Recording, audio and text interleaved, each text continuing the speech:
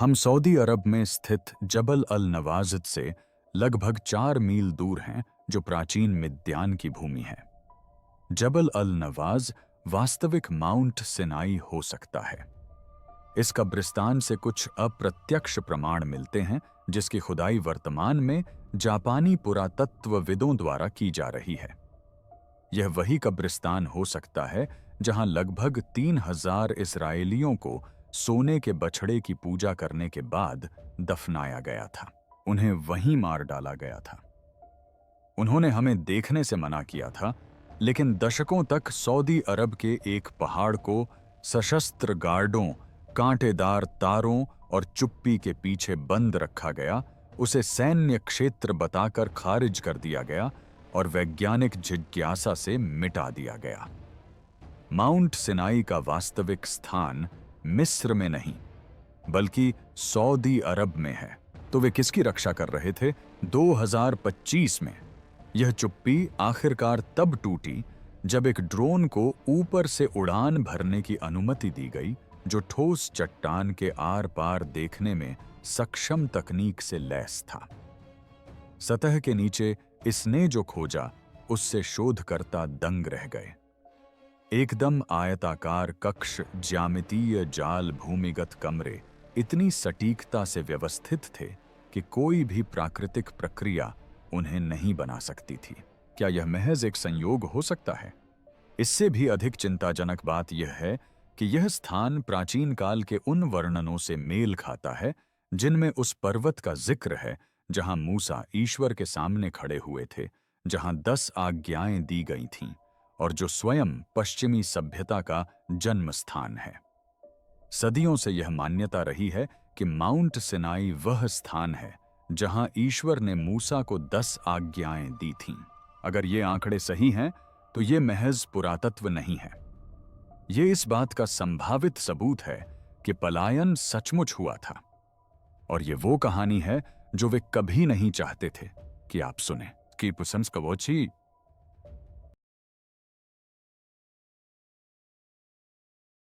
गलत पहाड़। चलिए मैं आपको धार्मिक इतिहास के सबसे बड़े भ्रामक उदाहरण के बारे में बताता हूं। 1500 वर्षों से भी अधिक समय से लाखों तीर्थयात्री मिस्र में स्थित जेबेल मूसा नामक पर्वत की यात्रा करते आ रहे हैं। इसके आधार पर सेंट कैथरीन का एक प्रसिद्ध मठ है, जिसका निर्माण 6ठी शताब्दी में बिजान्टिन सम्राट जस्टिनियन ने करवाया था। पर्यटक प्रतिदिन उन प्राचीन सीढ़ियों पर चढ़ते हैं, यह मानते हुए कि वे उसी स्थान पर चल रहे हैं जहां मूसा चले थे। चर्च भी यही सिखाते हैं, पाठ्य पुस्तकें भी इसकी पुष्टि करती हैं। यह स्थान इतना पुख्ता हो चुका है कि इस पर सवाल उठाना लगभग धर्म विरोधी लगता है। लेकिन असली समस्या यह है कि कोई इस बारे में बात नहीं करना चाहता। सबूत मेल नहीं खाते, बिल्कुल भी नहीं। बाइबल में माउंट सिनाई को आग और धुएं से भरी जगह बताया गया है। बाइबल में वर्णित जलती हुई झाड़ी, जहां परमेश्वर मूसा से बात करते हैं, हालांकि आग बुझ चुकी है और हो सकता है कि वह झाड़ी आजकल किसी से बात न कर रही हो, फिर भी उसका अस्तित्व ही चमत्कारिक लगता है। जब ईश्वर उस पर अवतरित हुए तो पर्वत जलने लगा। धरती जोर से कांप उठी। भट्टी के धुएं की तरह धुआं उठने लगा। पूरी छोटी ज्वालामुखी के प्रचंड प्रकोप की चपेट में आ गई थी। अब जेबेल मूसा को देखिए। यह ग्रेनाइट से बना है, ठोस, स्थिर, भूवैज्ञानिक रूप से निष्क्रिय ग्रेनाइट। भूवैज्ञानिकों ने इसके हर इंच का सर्वेक्षण किया है। ज्वालामुखी गतिविधि का कोई प्रमाण नहीं, झुलसी हुई चट्टान का कोई निशान नहीं, तापीय क्षति का कोई निशान नहीं। ऐसा कुछ भी नहीं जो निर्गमन की पुस्तक में वर्णित प्रलयकारी घटनाओं की व्याख्या कर सके। फिर भूगोल की समस्या आती है। बाइबल के वृत्तांत के अनुसार इस्राएली लाल सागर पार करके मिद्यान नामक क्षेत्र से गुजरे और फिर परमेश्वर के पर्वत पर पहुंचे। मिद्यान के बारे में एक ऐसी बात है जिसे विद्वान सदियों से जानते हैं, लेकिन जानबूझकर अनदेखा करते रहे हैं। मिद्यान मिस्र में नहीं था, यह अकाबा की खाड़ी के पूर्व में स्थित था। यह वर्तमान सऊदी अरब के उत्तर पश्चिमी भाग में था। इस्राएली जिस मार्ग की ओर जा रहे थे, वह मिद्यान में स्थित था, जो आधुनिक अरब यानी सऊदी अरब में है। इसलिए मिद्यान सऊदी अरब में था, न कि सिनाई प्रायद्वीप में। निर्गमन की पुस्तक में वर्णित मार्ग सीधे सिनाई प्रायद्वीप से दूर अरब रेगिस्तान की ओर जाता है। तो आखिर हम 1500 सालों तक गलत पहाड़ पर कैसे अटके रहे? इसका जवाब है राजनीति, सत्ता और एक बेहद प्रभावशाली मठ। 4वीं शताब्दी में रोमन साम्राज्य में ईसाई धर्म को कानूनी मान्यता मिल ही गई थी। तीर्थयात्रा एक जुनून बन गई थी। विश्वासी धर्म ग्रंथों में वर्णित स्थानों को अपनी आंखों से देखना चाहते थे। उन्हें प्रमाण चाहिए था और चर्च को वह प्रमाण देना आवश्यक था। इसलिए जब भिक्षुओं के एक छोटे समूह ने मिस्र में एक पहाड़ के नीचे डेरा डाला और दावा किया कि वह सिनाई पर्वत है, तो किसी ने भी उनसे सवाल नहीं किया। सम्राट जस्टिनियन ने इसे आधिकारिक रूप देने के लिए एक किलेनुमा मठ का निर्माण करवाया। इस स्थल ने धन प्रभाव और राजनीतिक संरक्षण अर्जित किया। इसे चुनौती देने का अर्थ था 15 शताब्दियों की परंपरा, लाखों श्रद्धालु तीर्थयात्रियों और पृथ्वी पर स्थित सबसे प्राचीन ईसाई संस्थानों में से एक को चुनौती देना। विद्वानों ने यह मानकर अपने सिद्धांत गढ़े कि जबल मूसा सही थे। उन्होंने भूगोल को नए सिरे से लिखा। उन्होंने विरोधाभासों को खारिज कर दिया। उन्होंने कहीं और देखने से इनकार कर दिया।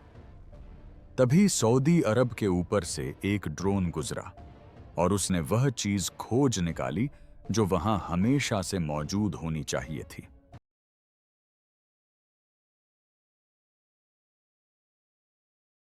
प्रतिबंधित स्कैन। सऊदी अरब के उत्तर पश्चिमी कोने में जबल अल लौज नाम का एक पर्वत है। दशकों से शोधकर्ताओं का एक छोटा समूह यह तर्क देता रहा है कि यही वास्तविक माउंट सिनाई है। यह स्थान बाइबल में वर्णित मूल स्थान से मेल खाता है। भौगोलिक स्थिति मेल खाती थी। स्थानीय बेदुइन जनजातियां पीढ़ियों से इसे मूसा का पर्वत कहती आ रही थीं। लेकिन कोई भी इसे साबित नहीं कर सका, क्योंकि सऊदी अरब किसी को भी देखने की अनुमति नहीं देता था। इस क्षेत्र को प्रतिबंधित क्षेत्र घोषित किया गया था। सैन्य प्रतिष्ठान जगह जगह फैले हुए थे और सशस्त्र गश्त दल रास्तों की सुरक्षा कर रहे थे। परमिट के लिए आवेदन करने वाले पुरातत्वविदों को परमिट देने से इनकार कर दिया गया था।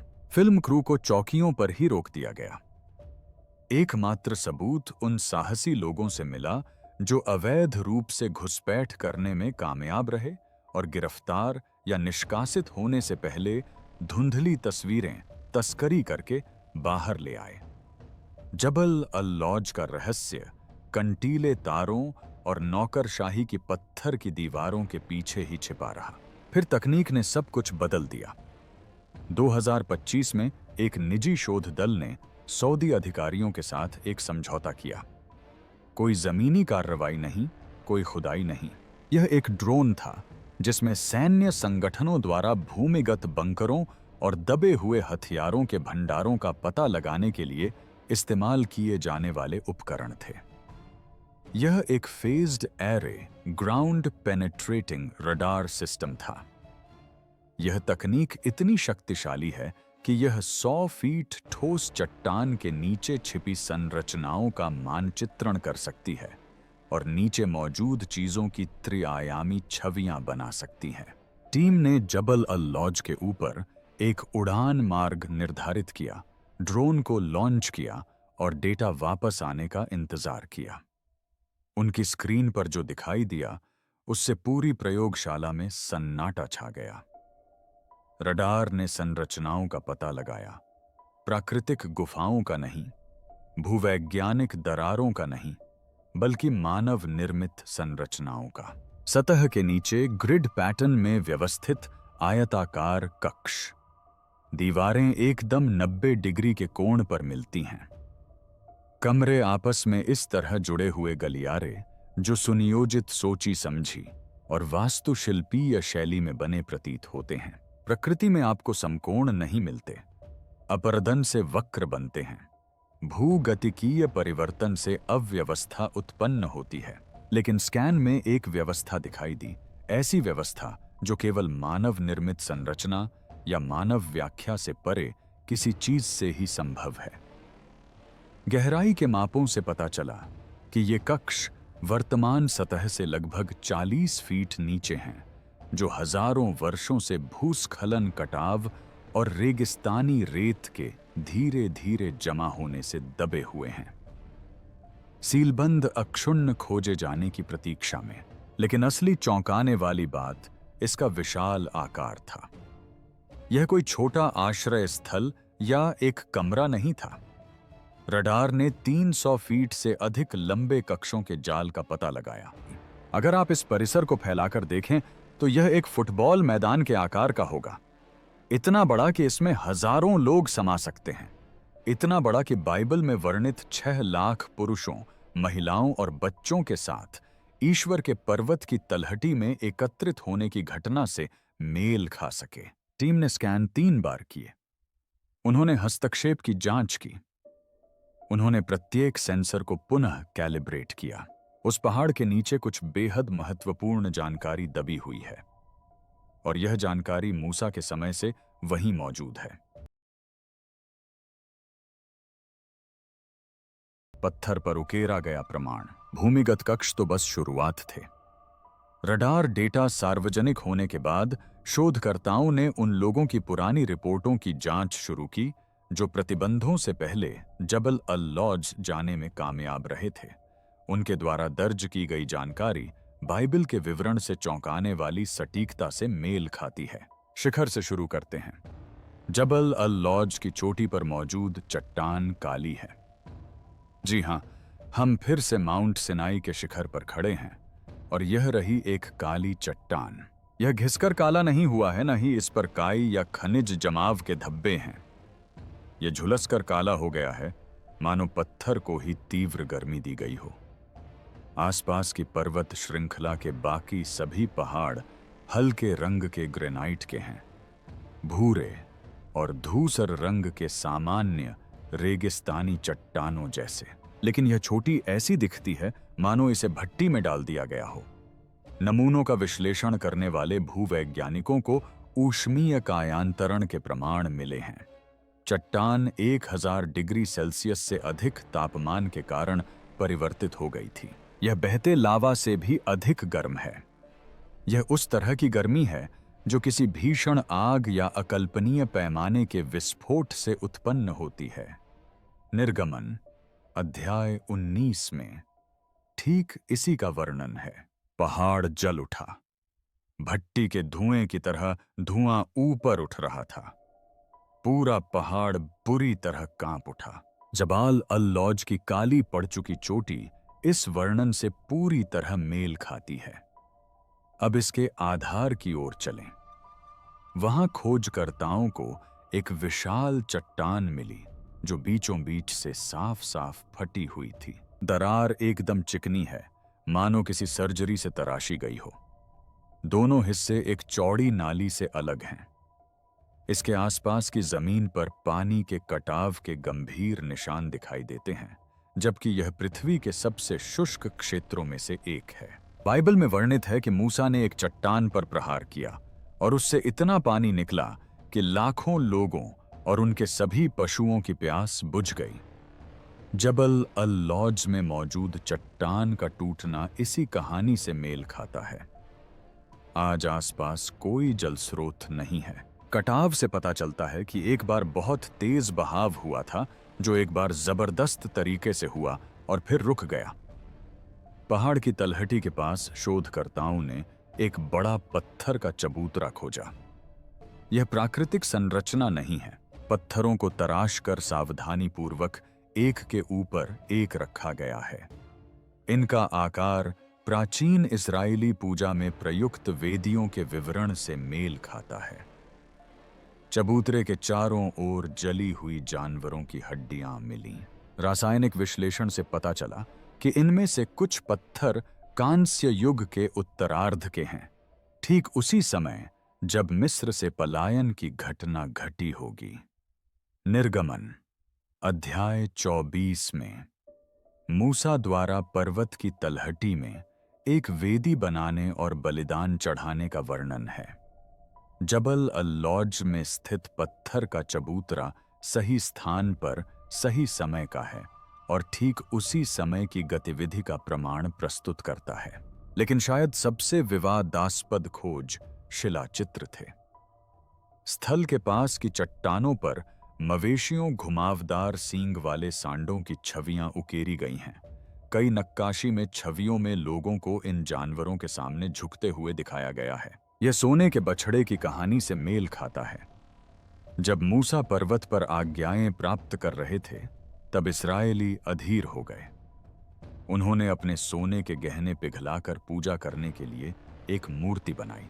मूसा नीचे उतरे, उन्होंने जो किया था उसे देखा और उसे नष्ट कर दिया, लेकिन स्मृति बनी रही। जबल अल-लौज की शिलाकला से पता चलता है कि वहां मौजूद लोगों ने स्मृति को पत्थर पर उकेर दिया था। फिर सीमा चिन्हों की बात आती है। निर्गमन अध्याय 19 में लोगों को चेतावनी दी गई है कि वे पेड़ों को न छुएं, अन्यथा उनकी मृत्यु हो जाएगी।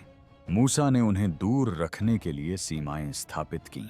जबाल अल-लौज में शिखर के आधार को घेरने वाली पत्थरों की लंबी कतारें हैं। ये दीवारें नहीं हैं, ये पशुओं के बाड़े भी नहीं हैं। ये पत्थरों की कतारें हैं जो एक सीमा रेखा को चिह्नित करती हैं, एक ऐसी रेखा जिसे पार नहीं किया जा सकता। सतह पर मौजूद हर सबूत इसी स्थान की ओर इशारा करता है। झुलसी हुई चोटी, फटी हुई चट्टान, बलि चढ़ाने वाली वेदी सीमा के पत्थर, सोने के बछड़े की आकृतियां, ये सब बाइबल की कथा से मेल खाता है। और अब रडार ने यह खुलासा कर दिया है कि जमीन के नीचे क्या छिपा है। संशयवादियों की चुप्पी। संशयवादी दशकों से पलायन की कहानी को खारिज करने के लिए एक तर्क का इस्तेमाल करते आ रहे हैं। सबूत कहां है? यदि लाखों लोग लगभग 1 वर्ष तक माउंट सिनाई पर डेरा डाले रहे, तो कलाकृतियां कहां हैं? मिट्टी के बर्तन, औजार, आग जलाने के गड्ढे, कचरे के ढेर कहां हैं? उनका दावा है कि भौतिक साक्ष्यों की अनुपस्थिति यह साबित करती है कि पलायन कभी हुआ ही नहीं। लेकिन घुमंतू संस्कृतियों के विशेषज्ञ पुरातत्वविद एक बिल्कुल अलग कहानी बताते हैं। इजरायली लोग शहर नहीं बसा रहे थे, वे तंबुओं में रहते थे। तंबू नींव नहीं छोड़ते, वे छोटे छोटे गड्ढे छोड़ते हैं जो कुछ दशकों में मिट जाते हैं। इस्राएलियों ने मन्ना और बिना खमीर की रोटी खाई। वे बड़े पैमाने पर मिट्टी के बर्तन नहीं बना रहे थे। उनके पास जो कुछ मिट्टी के बर्तन थे, वे टूटकर मीलों फैले रेगिस्तान में बिखर गए होंगे। 3000 वर्षों में वे टुकड़े उसी मार्ग से गुजरने वाले अनगिनत अन्य खानाबदोश समूहों के मिट्टी के बर्तनों के साथ मिल गए होंगे, जिससे उन्हें अलग करना और पहचानना असंभव हो गया होगा। आग जलाने के गड्ढे गल जाते हैं, राख हवा में उड़ जाती है, पत्थर बिखर जाते हैं। 3 सहस्राब्दियों के बाद मिट्टी का रंग भी धीरे धीरे गायब हो जाता है। रेगिस्तानी वातावरण में जैविक पदार्थ पूरी तरह से लुप्त हो जाते हैं। मानव मल, भोजन के टुकड़े, कपड़े, चमड़ा, सब कुछ विघटित होकर गायब हो जाता है। यह उम्मीद करना कि हमें 3000 साल पहले के किसी अस्थायी शिविर के स्पष्ट सतही प्रमाण मिल जाएंगे, वैज्ञानिक दृष्टि से अवास्तविक है। लेकिन रडार की खोज से स्थिति बदल जाती है। प्रमाण गायब नहीं है, यह जमीन में दबा हुआ है। जबल अल-लौज के नीचे पाए गए कक्ष भंडारण स्थल हो सकते हैं। ये ऐसे आश्रय स्थल हो सकते हैं जो बाद में भूस्खलन और अचानक आई बाढ़ से ढक गए हों। अरब का रेगिस्तान बेहद विनाशकारी है। एक ही तूफान से कई इमारतें एक पीढ़ी में नष्ट हो सकती हैं। अगर इस्राएलियों ने उस पर्वत की तलहटी में कोई स्थायी निर्माण किया होता, चाहे उन्होंने चट्टान में भंडारण कक्ष खोदे होते या प्राकृतिक गुफाओं को मजबूत किया होता, तो वे स्थान अब तक भूमिगत हो गए होते, छिपे हुए सीलबंद और शुष्क रेगिस्तानी हवा द्वारा संरक्षित। रडार में ग्रिड के आकार में व्यवस्थित आयताकार कमरे दिखाई दे रहे हैं। यह भूविज्ञान नहीं है, यह वास्तुकला है, यह मानव निर्मित संरचना है। 40 फीट की गहराई से पता चलता है कि ये संरचनाएं हजारों वर्षों से दबी हुई थीं और इन्हें खोजने के लिए पर्याप्त उन्नत तकनीक की प्रतीक्षा कर रही थीं। संशयवादी मिस्र के अभिलेखों का भी हवाला देते हैं। यदि पलायन हुआ था तो मिस्र ने इसके बारे में कभी क्यों नहीं लिखा? यह तर्क तब तक तर्कसंगत लगता है जब तक आप यह नहीं समझ लेते कि मिस्र में दस्तावेजीकरण कैसे होता था। फराओ विजयों का रिकॉर्ड रखते थे, वे विजयों का जश्न मनाते थे, वे अपमानजनक पराजय का दस्तावेजीकरण नहीं करते थे। यदि किसी फराओ ने अपनी श्रम शक्ति खो दी, अपने देश को महामारियों से तबाह होते देखा और अपनी सेना को समुद्र में डूबते देखा, तो वह उस विफलता को कभी भी पत्थर पर अंकित नहीं करवाता था। हमारे पास प्रत्यक्ष प्रमाण हैं कि मिस्र के शासकों ने शर्मनाक इतिहास को मिटा दिया था। जब हिक्सोस शासकों को निष्कासित किया गया तो स्मारकों से उनके नाम मिटा दिए गए। जब अखेनातेन ने मिस्र के धर्म में सुधार करने का प्रयास किया तो बाद के फराओं ने उसकी मूर्तियों को नष्ट कर दिया और मंदिरों की दीवारों से उसका नाम मिटा दिया। यदि मिस्र अपने ही राजाओं को मिटाने को तैयार था तो वह निश्चित रूप से एक विदेशी देवता द्वारा उन्हें पराजित करने की कहानी को भी मिटा देगा। मिस्र के अभिलेखों में चुप्पी पलायन के विरुद्ध प्रमाण नहीं है। यह ठीक वही है जिसकी हम अपेक्षा करते यदि पलायन वास्तव में हुआ होता। अब हम उस क्षेत्र में प्रवेश करते हैं जिसे कुछ लोग अटकलबाजी कहेंगे और कुछ लोग भविष्यवाणी, क्योंकि कुछ शोधकर्ताओं का मानना है कि उन दबे हुए कक्षों में मिट्टी के बर्तनों और औजारों से कहीं अधिक महत्वपूर्ण वस्तु हो सकती है। उनका मानना है कि वाचा का संदूक उस पर्वत के नीचे छिपा हो सकता है। जरा इस तर्क को समझिए। संदूक का निर्माण माउंट सिनाई पर हुआ था। निर्गमन अध्याय 25 में इसके निर्माण का विस्तृत वर्णन है।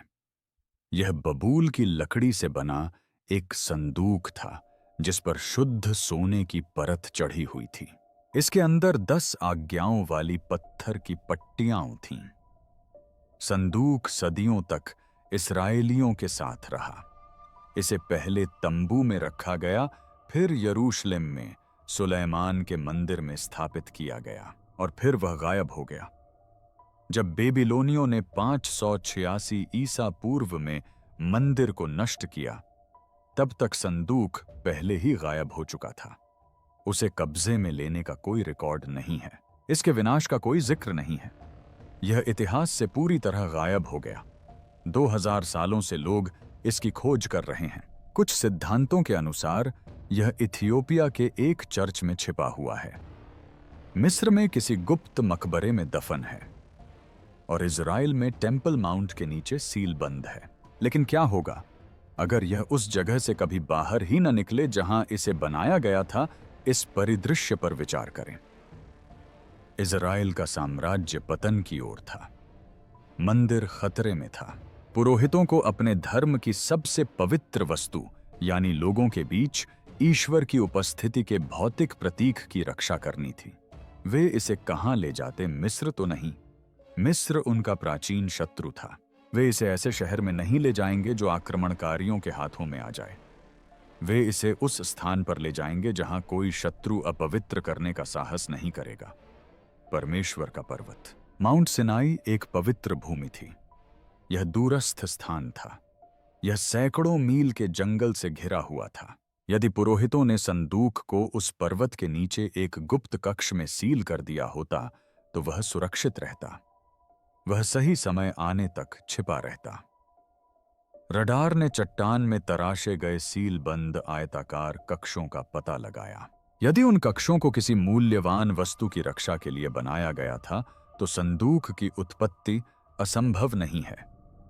एक दूर की संभावना, एक विवादास्पद संभावना, लेकिन इस संभावना को नकारा नहीं जा सकता। भले ही आर्क मौजूद न हो, इसके परिणाम चौंकाने वाले हैं।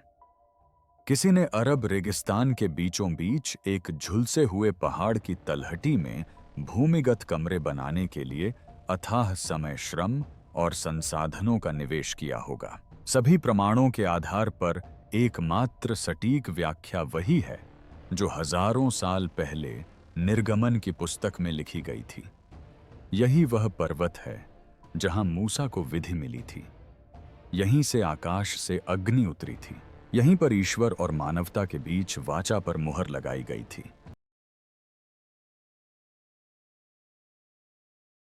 पवित्र स्मृति यह एक ऐसी चीज है जिसे ज्यादातर लोग पूरी तरह से नजरअंदाज कर देते हैं, और यह इस खोज को समझने के हमारे तरीके को पूरी तरह से बदल देती है। बाइबल बताती है कि मूसा के सिनाई पर्वत पर कदम रखने से पहले ही वह पवित्र था। इस पर एक पल के लिए विचार कीजिए।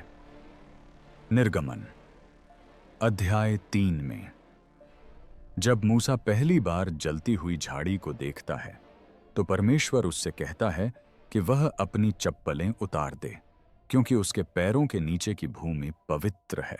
ऐसा नहीं है कि इस मुलाकात के बाद यह पवित्र हो जाएगा। ऐसा नहीं है कि ईश्वर उस क्षण इसे पवित्र बना रहा है। यह भूमि पहले से ही पवित्र है। इस स्थान की पवित्रता मूसा के आगमन से भी पहले की है।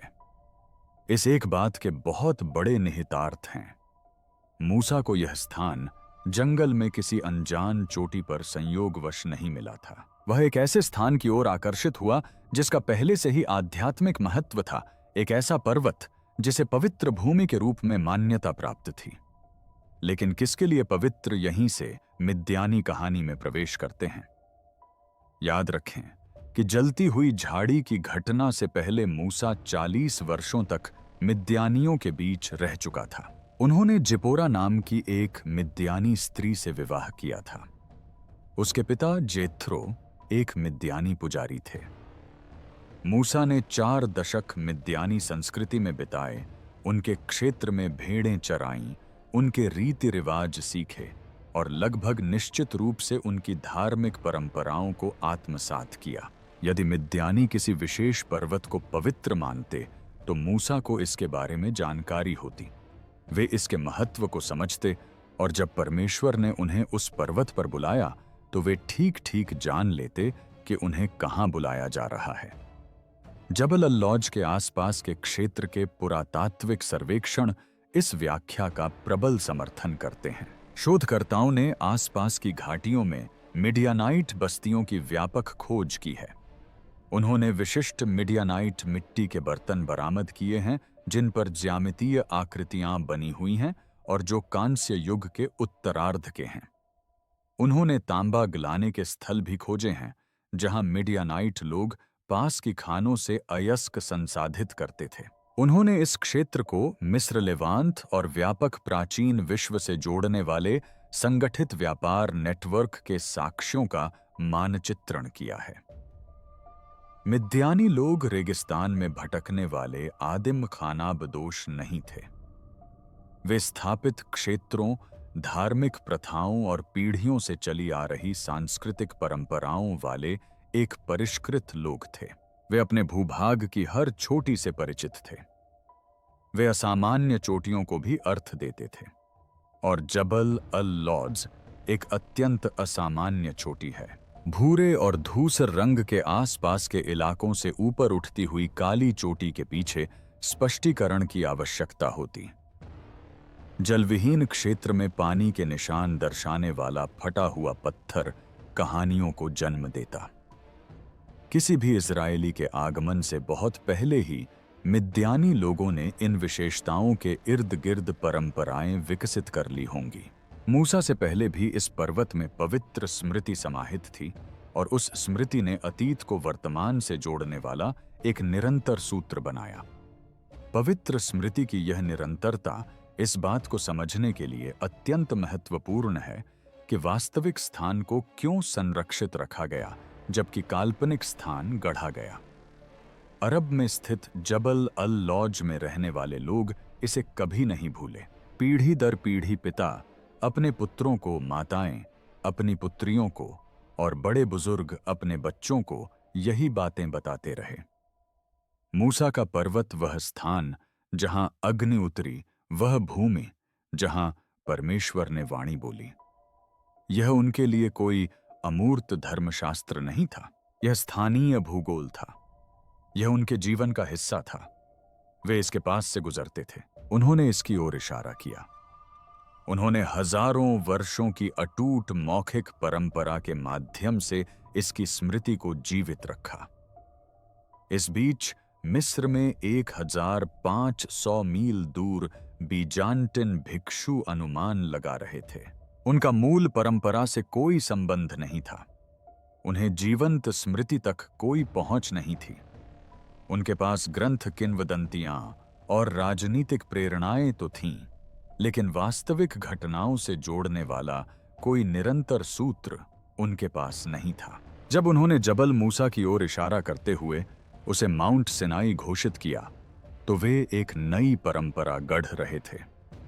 वे एक पवित्र स्थल का आविष्कार कर रहे थे, क्योंकि उन्हें अस्तित्व के लिए इसकी आवश्यकता थी, न कि इसलिए कि वे जानते थे कि असली पवित्र स्थल कहां है। भिक्षु बाहरी लोग थे जो एक ऐसे भूभाग पर अर्थ थोप रहे थे जिसे वे समझते ही नहीं थे। जबाल अल लौज के पास रहने वाली बेदुइन जनजातियां उन परंपराओं को संरक्षित करने में माहिर थीं जो 100 पीढ़ियों से चली आ रही थीं। पश्चिमी शिक्षाविदों ने सदियों तक उन बेदुइन परंपराओं को नकार दिया।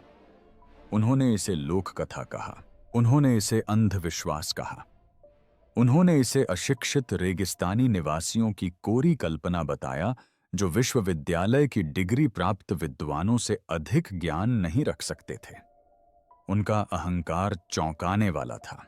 इन विद्वानों ने उस मठ पर भरोसा किया जिसे बाहरी लोगों ने बनाया था, जबकि उस क्षेत्र में घटनाओं के घटित होने के समय से रह रहे लोगों द्वारा संरक्षित मौखिक परंपराओं पर उन्हें प्राथमिकता दी गई। उन्होंने स्वदेशी ज्ञान पर संस्थागत अधिकार को महत्व दिया।